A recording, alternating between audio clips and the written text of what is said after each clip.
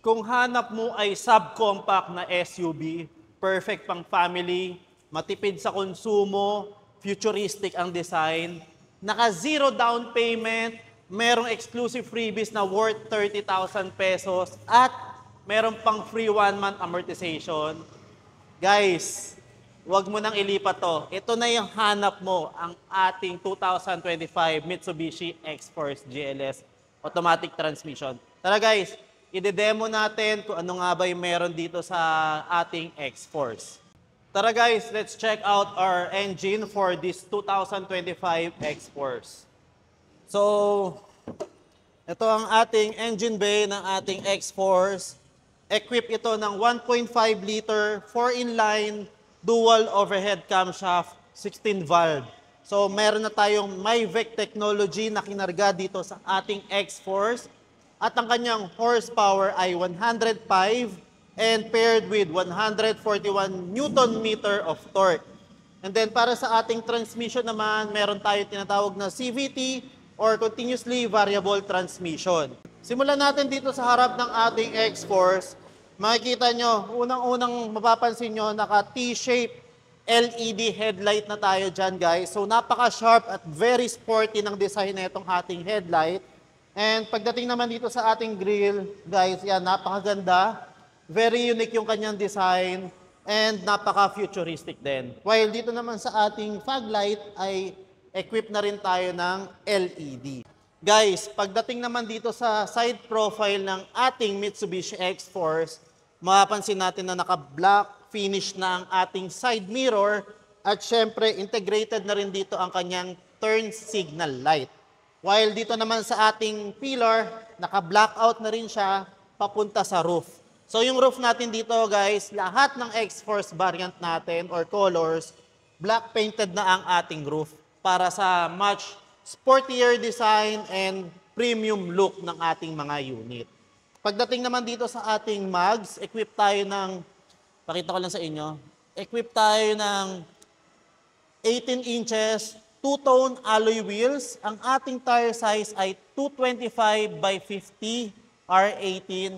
And guys, lahat ng braking system natin ay naka-disc brake na po. For our ground clearance naman, meron tayong 225mm ground clearance sa ating all variants ng X-Force. So guys, mapapansin nyo rin sa ating X-Force, yung side profile niya ay very detailed. So pagdating dito sa kanyang fender or wheel arch, meron tayo dito mga naka-emboss na character lines at dito sa side meron din tayo dyan guys. And syempre para maging mas sporty design ng ating X-Force, meron tayo dito mga cladding sa ilalim.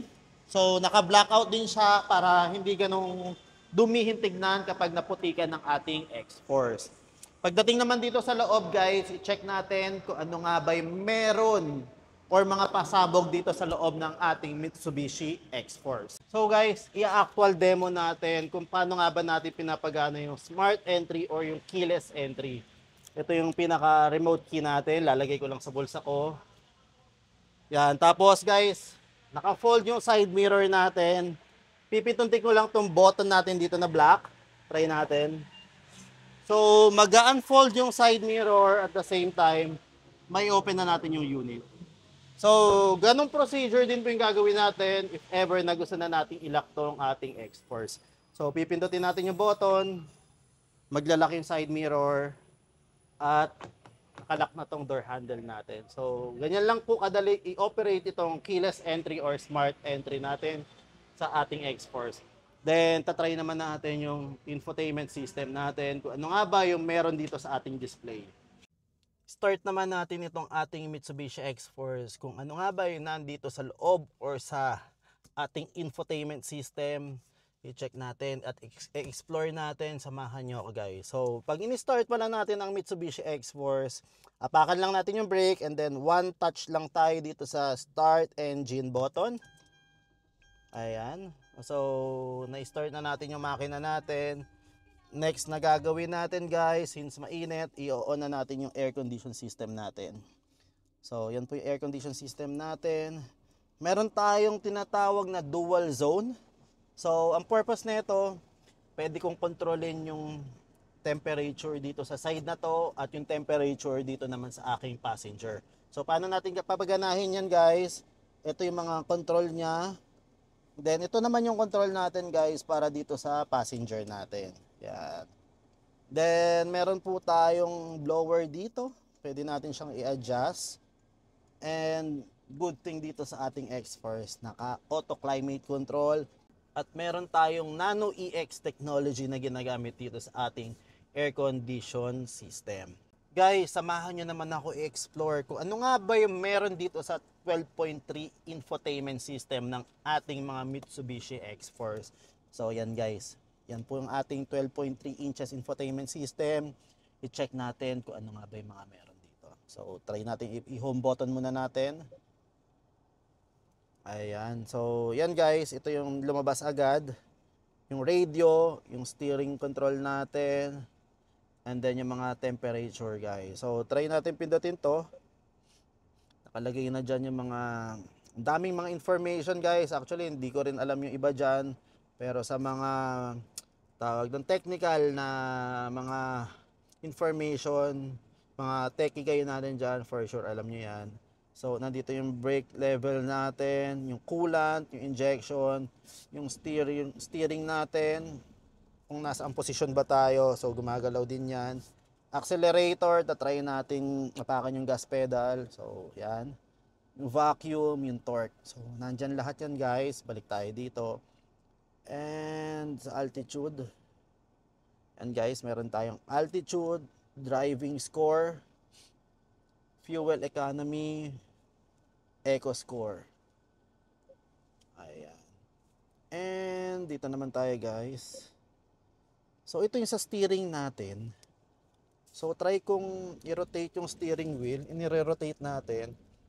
Gumagalaw din siya. So makikita natin kung naka-center nga ba yung steering wheel natin. Especially kapag magpa-park na tayo, malalaman natin kung nakagitna o nakatabingi yung ating mga gulong. And dito rin guys yung sa traction niya, nagmo-move din yung mga gulong. Yan, tapos yung sa gitna naman yung active yaw control natin. Yan. Punta naman tayo dito sa responsive. So ito yung torque level natin, yung acceleration. Yan. So tinatry ko siyang i-gas, i-pedal. Nagmo-move din siya. So yung sa acceleration, dahil hindi tayo gumagalaw, hindi rin siya gagalaw. Yung fuel economy natin, nandyan din. Hindi pa ba? Sa driving score. Ayan. Customize. Pwede rin natin actually i-customize to kung anong gusto nating type or settings dyan. Ayan. Then, hindi pa ba? Sa apps naman guys, I think ito na yung Android Auto and Apple CarPlay. Iwa-wire lang natin papunta dito sa head unit. And magpapalit na to ng interface. So, mag-appear na rin dyan yung mga Google Maps, messages, yung mga music application nyo sa cellphone, mag-appear dyan. Then, ano pa ba? Check pa natin guys ha. Ayan.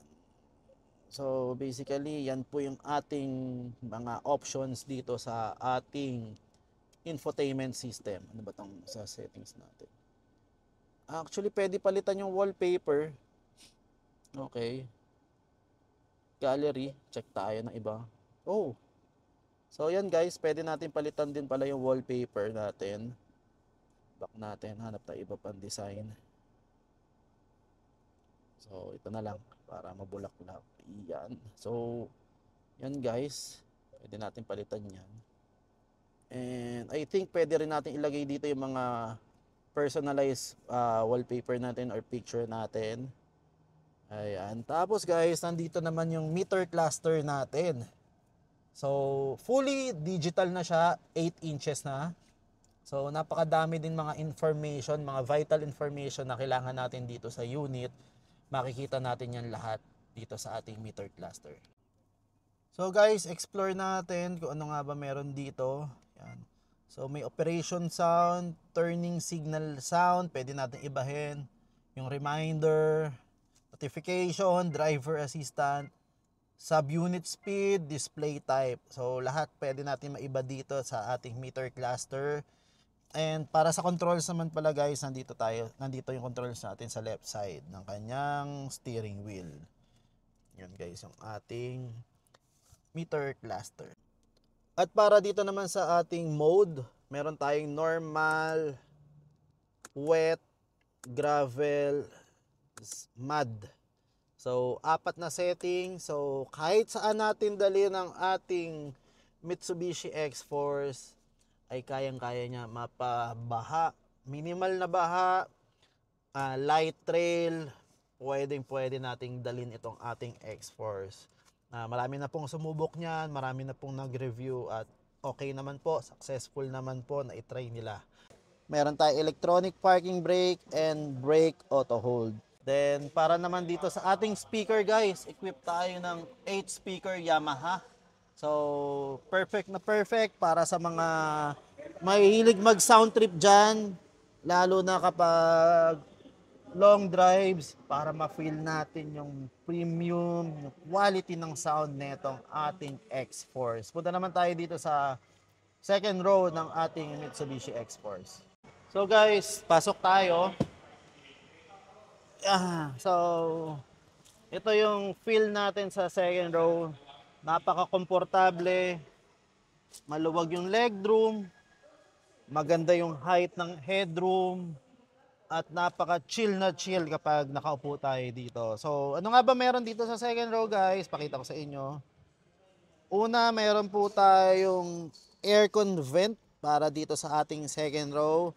So, talagang hindi lahat ng mga sasakyan ay merong ganito. So, more on VIP or premium talaga ang ating X-Force. At meron na rin tayo ditong USB charging port at yung Type-C. And dito naman sa ceiling, ito yung dome light natin. At meron tayong black headliner para dito sa ating X-Force. While dito naman sa kanyang side, yan, napakaganda ng accent niya. So, meron silver accent dito sa mga handles and piano black finish naman para dito sa window control natin. Syempre guys, naka Yamaha speaker pa rin tayo. Then, ano nga ba yung quality ng seat material natin dito? So, dito sa X-Force ay merong combination ng black and silver accent. Yan. And syempre, lahat halos ng unit natin ay may center armrest na tayo dyan, guys. So, ito yung loob ng ating Mitsubishi X-Force. Punta naman tayo dito sa likod ng ating Mitsubishi X-Force. Syempre, guys, meron pa rin tayong LED taillight. At para dito mas taas, yan guys, makikita nyo yung black roof painted natin, shark fin antenna, at yung built-in na spoiler natin. At integrated na rin dito yung kanyang brake light. Para naman dito sa bandang babang part, guys, nandito yung reverse camera natin at nasa ilalim naman yung kanyang spare tire. So guys, buksan naman natin tong tailgate ng ating X-Force. Yan. So guys, grabe. Napakaluwag. As in, sobrang luwag ng likod ng ating X-Force. Yan guys. So, perfect na perfect to sa mga nagpaplano mag-long drive. May mga susundin kayo na kamag-anak or minamahal sa airport. Magkakasya dito yung kanilang mga luggages. So, talagang maluwag yung likod guys. Promise. Then, yan. Dito po makikita natin mayroong mga organizer dito sa gilid. And then, ito, pakita ko sa inyo guys. Nandito po yung ating tools and jack. Yan, mounted na rin siya sa kanyang side pillar. And ito po, yan lang naman, simple lang naman yung storage natin dito sa likod ng X-Force. Meron tayong ilaw dito sa gilid. Yan. Guys, pag-usapan naman natin kung ano nga ba yung mga safety features para dito sa ating base model ng ating X-Force na GLS automatic. So, unang-una guys, naka-dual airbags tayo. Meron tayong anti-lock braking system with electronic brake force distribution. Meron din po tayo guys na active stability traction control, yaw control. Meron din po tayong hill start assist, reverse camera, at marami pang iba. So, yan po yung mga ilan sa mga safety feature ng ating X-Force. Considering na base model siya ng X-Force, pero equipped pa rin siya ng mga high-end features katulad ng mga nabanggit natin. Pag-usapan naman natin ang presyo ng ating Mitsubishi X-Force GLS Automatic 2025 year model. So ang kanyang SRP ay 1,367,000. Meron tayong napakagandang offer na zero down payment para dito sa ating X-Force. At ang kanyang monthly amortization ay 28,299 sa 5 years. At meron din tayo ino-offer na free 1-month amortization or pay after 70 days. Plus, syempre, hindi mawawala yung mga exclusive freebies natin na umaabot hanggang 30,000 pesos. Exclusive lang yan dito kay Aizan Auto Deals.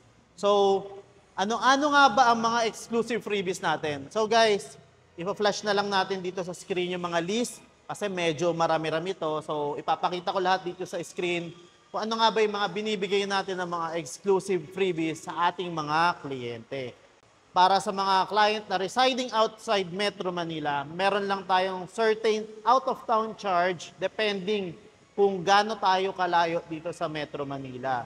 And para naman sa ating mga inclusion, meron tayong 3 years LTO registration, 3 years third-party liability insurance, 1 year comprehensive insurance with acts of nature, and free na rin po yung ating chattel mortgage. So, para naman sa mga standard freebies, yan po yung mga common na nakikita natin sa unit or nare-receive natin kapag naglalabas tayo ng unit, which is yung kanyang 3M tint, set of floor mats, early warning device, basic tools and jack. And may program kami dito sa Mitsubishi Abad Santos, free labor 1,000 up to 20,000 kilometer. So, yan guys yung ating munting promo para dito sa ating 2025 Mitsubishi X-Force GLS Automatic Transmission. Guys, nakalimutan ko pala i-discuss, ano-ano nga ba yung mga kulay ng ating X-Force? Unang-unang guys, ito yung blade silver metallic natin.